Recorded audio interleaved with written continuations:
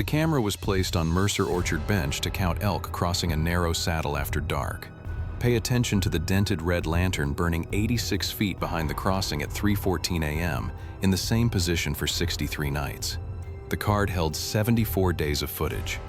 Wildlife technician Mara Vance pulled it at 9:20 a.m. on Wednesday, August 28th, from Mercer Orchard Bench in North Fork National Preserve. The preserve installed camera M17 to measure how often elk left the lower meadows and entered the northern hardwood slope. The herd had grown from 41 animals to 68 in 7 years. Their preferred route crossed Mercer Orchard Bench, where an abandoned wagon grade narrowed between a rock face and the remains of a 19th century apple orchard. Biologists needed separate counts for cows, calves, and antlered bulls. The camera took 3 motion-triggered frames and 1 scheduled image every hour. Its position also let staff document browsing pressure on the remaining apple trees. 23 mature trees had stood there during the 1998 Cultural Landscape Survey. 11 remained in 2024. Wind had opened 3 trunks. Elk had stripped bark from 2 more. The camera was there to count animals while the last orchard slowly disappeared. Mara Vance was 38 years old and had worked for 12 years as a wildlife monitoring technician with the National Park Service. She had reviewed more than 1.8 million trail camera images from elk range, bear corridors, and closed management roads. Mara knew how an elk trail changed before most people could see that it had changed. She could distinguish repeated use from one animal wandering through by hoof placement, shoulder height, and the direction grass folded at the edge of a frame.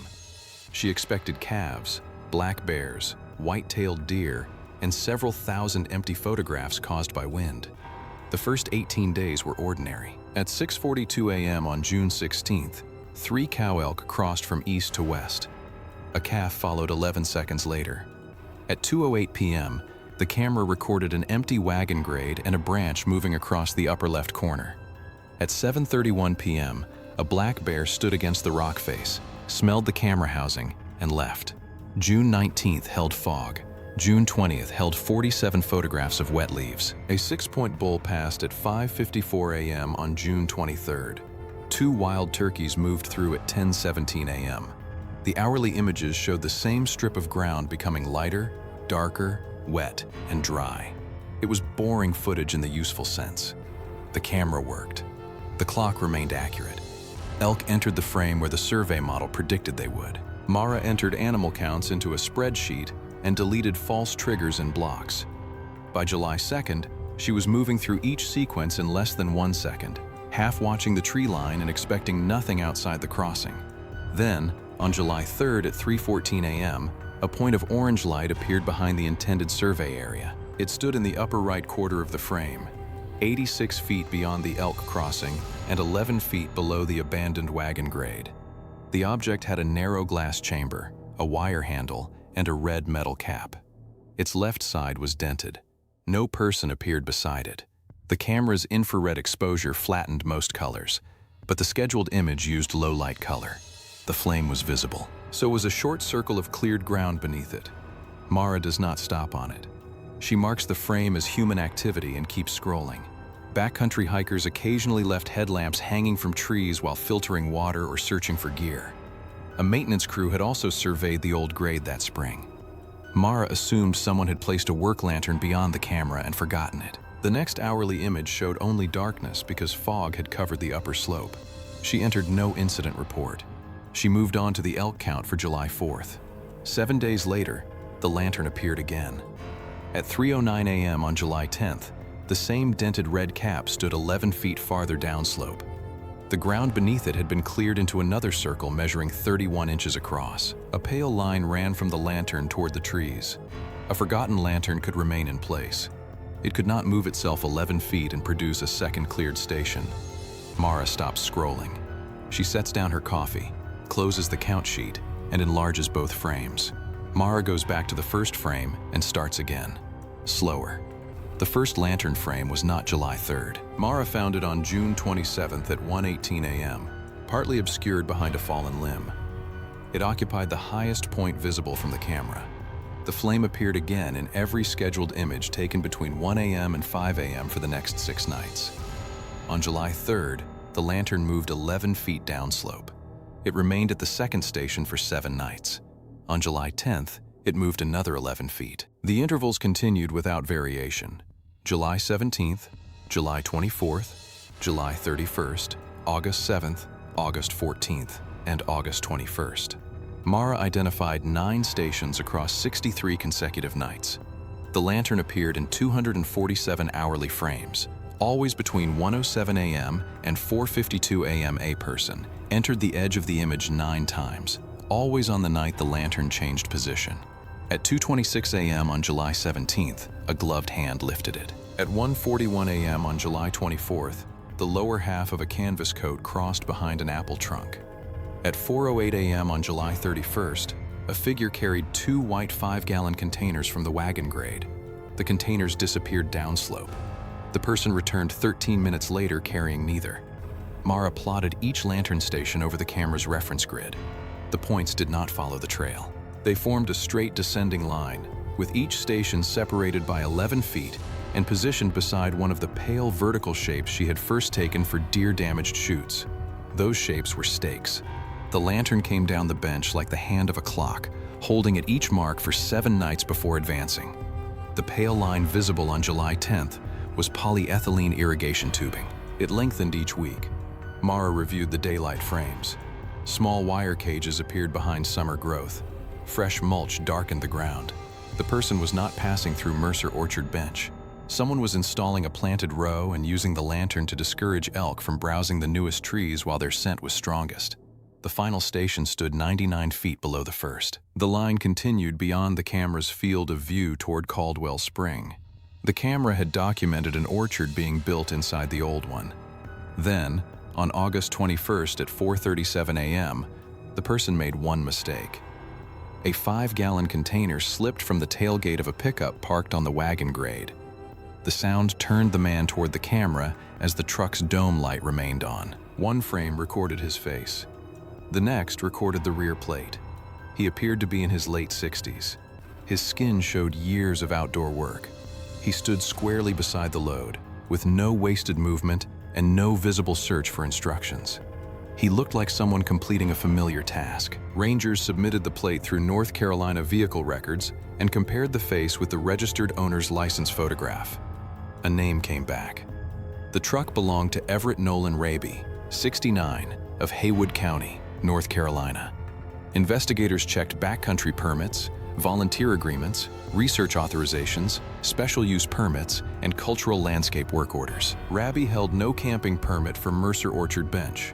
He had no authorization to introduce plants, construct irrigation works, use the closed wagon grade, or maintain a flame overnight. His name did appear elsewhere. Raby had submitted 2 requests to collect scion wood from the surviving Mercer apple trees. The preserve denied both. He had attended a 2019 public workshop concerning orchard stabilization. He had also reported a split trunk after a windstorm in 2021. The camera pattern supplied the activity. The records supplied its procedural status.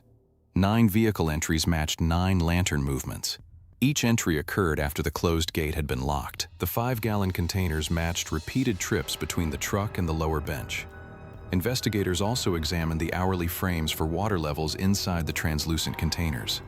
The load arrived full and returned empty. Across 63 nights, the camera documented 9 unauthorized entries, 27 planted trees, 108 5-gallon containers, 540 gallons of diverted water, and a managed corridor extending 99 feet over 9 weeks. 2 resource officers and a cultural landscape specialist entered the bench on August 30th. They followed compressed grass from the wagon grade to the first lantern circle. Below it, they traced a black irrigation line beneath leaf litter. Raby had pinned the tubing with hand-bent copper loops and cut shallow spillways so runoff would not expose it. The work was careful. At Caldwell Spring, investigators found a screened intake that allowed overflow to remain in the original channel. A gravity line fed a 275-gallon tank concealed behind chestnut oak. 9 branch lines descended toward the planted row. Each sapling stood inside a welded wire cage with the cut ends folded inward. Lichen had formed on the intake stones. Soil beneath the tank had compacted through several winters. The system predated the camera. Investigators inventoried 27 grafted apple trees, 1,146 feet of tubing, 1 spring intake, 1 storage tank, 36 copper anchors, 9 lantern stations, a canvas shelter, pruning tools, grafting wax, and a wooden box containing labels for 14 named apple varieties. Everett Raby had spent 34 years operating a commercial orchard outside Waynesville. He knew graft unions, rootstock, drainage, and the difference between fire blight and winter injury before either became obvious in the leaves. His connection to Mercer Bench began earlier. Raby's grandmother, Lorna Mercer Raby, had been born in a farmhouse below the orchard in 1918. The family sold its 173 acres during the creation of North Fork National Preserve. They retained no access rights. The house came down in 1956. The orchard remained because removing it served no immediate purpose. Lorna identified 14 family varieties during an oral history survey in 1987. She called one apple the Gray June and another the Longkeeper. No verified nursery stock survived outside the preserve. Raby's legal orchard closed in 2017 after 3 consecutive crop failures and the sale of his leased acreage for residential development. The packing shed was demolished the following March. Raby kept its brass door key on his truck ring. That key opened nothing. He then asked the preserve for permission to take dormant cuttings from Mercer Bench. Staff denied the first request because the trees formed part of a protected cultural landscape. They denied the second because the preserve had not genetically verified the varieties, completed disease screening, or approved private propagation from federal resources. The rule had a purpose. Moving infected scion wood could spread disease. Allowing one family to remove material could create claims from others. The preserve could not manage an orchard through private inheritance. The same process left Raby watching the source trees die while every legal route remained closed. He lost his leased orchard, his commercial equipment, his packing shed, and the only ground where he could propagate the apples his grandmother had named. The market took the business. Development took the soil. Regulation placed the surviving wood beyond his reach. Raby did not describe his work as planting a new orchard. In his written statement, he called it returning the old one to bearing condition. His method followed that distinction. He grafted historical scion wood onto disease-resistant rootstock. He planted within the original orchard boundary. He avoided modern cultivars. He placed each new tree near the documented position of a dead one. The lantern moved weekly because a fixed light stopped discouraging elk after 6 or 7 nights. He also screened the spring intake, maintained downstream flow, folded wire ends away from animals, and carried every plastic grafting strip back out. A reckless person would not have done those things. And yet Everett Raby was not a timber thief stripping the preserve for sale. He did introduce plants, divert water, build structures, enter a closed road, and occupy federal land without permission. Investigators found no sales ledger, customer list, or evidence that he intended to remove fruit commercially. The grafts were genetically tested. 11 matched the surviving Mercer trees. 3 matched trees that had died after his second permit request. Investigators did not have to search for Raby. The cadence had already told them when he would return. The lantern had occupied its 9th station for 6 nights. Rangers waited above the wagon grade on August 28th. At 1:12 a.m., Raby unlocked the outer chain with a copied maintenance key and drove toward Mercer Bench. He arrived at 1:29 a.m. Raby did not run. He did not turn the truck. He stopped when 2 rangers stepped into the headlights. The truck held 12 full 5-gallon containers, a red kerosene lantern, 43 feet of irrigation tubing, 1 pruning saw, grafting tape, a soil probe, 2 bags of composted bark, and 6 wire cages. A canvas coat lay across the passenger seat. Raby placed both hands on the hood. His shoulders remained level, but his chin rested close to his chest. The brass key from the demolished packing shed hung beside the truck key. He answered his name and address. After that, he said nothing. Federal prosecutors charged Raby with introducing plants into a national preserve under 36 CFR Section 2.1(2), unauthorized camping under Section 2.10, and constructing a structure or facility without authorization under Section 5.7. Each offense carried a maximum penalty of 6 months imprisonment and a $5,000 fine. Raby pleaded guilty to the plant introduction and construction counts. The court imposed 2 years of probation, a $3,600 fine, 160 hours of supervised restoration work, and a 5-year ban from Mercer Orchard Bench. The preserve assessed $8,740 in monitoring and site remediation costs. Staff removed the tank, shelter, lantern, and surface tubing.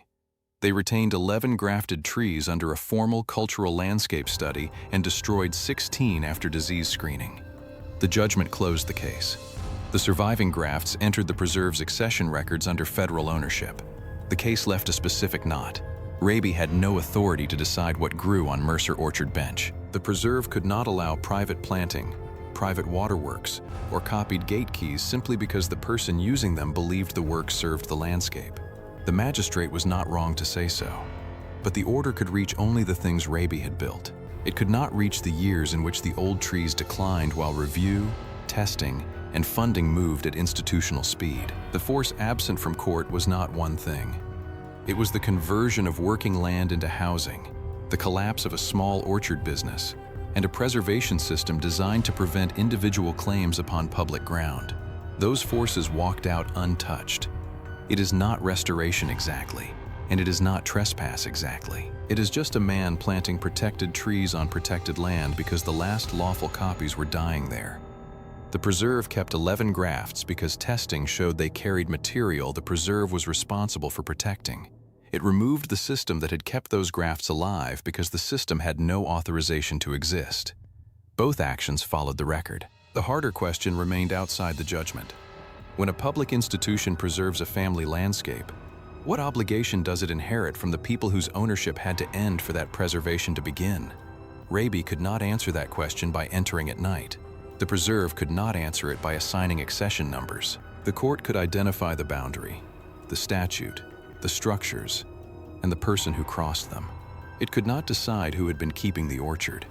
The camera on Mercer Orchard Bench had been strapped to a red oak to count elk crossing the saddle. For 74 days, it counted the cows, the calves, and the empty wagon grade. It also documented a dented red lantern burning beyond the crossing for 63 nights. And it kept every frame, every jug, every trip, and every graft until the pattern and the face added up to more than anyone could explain away. Every case on this channel starts with something that doesn't belong in the frame. A lantern 86 feet beyond the trail. A pale irrigation line beneath the leaves. A brass key that opened nothing. If this case kept you watching until the end, let me know in the comments what part caught your attention first. I read every comment.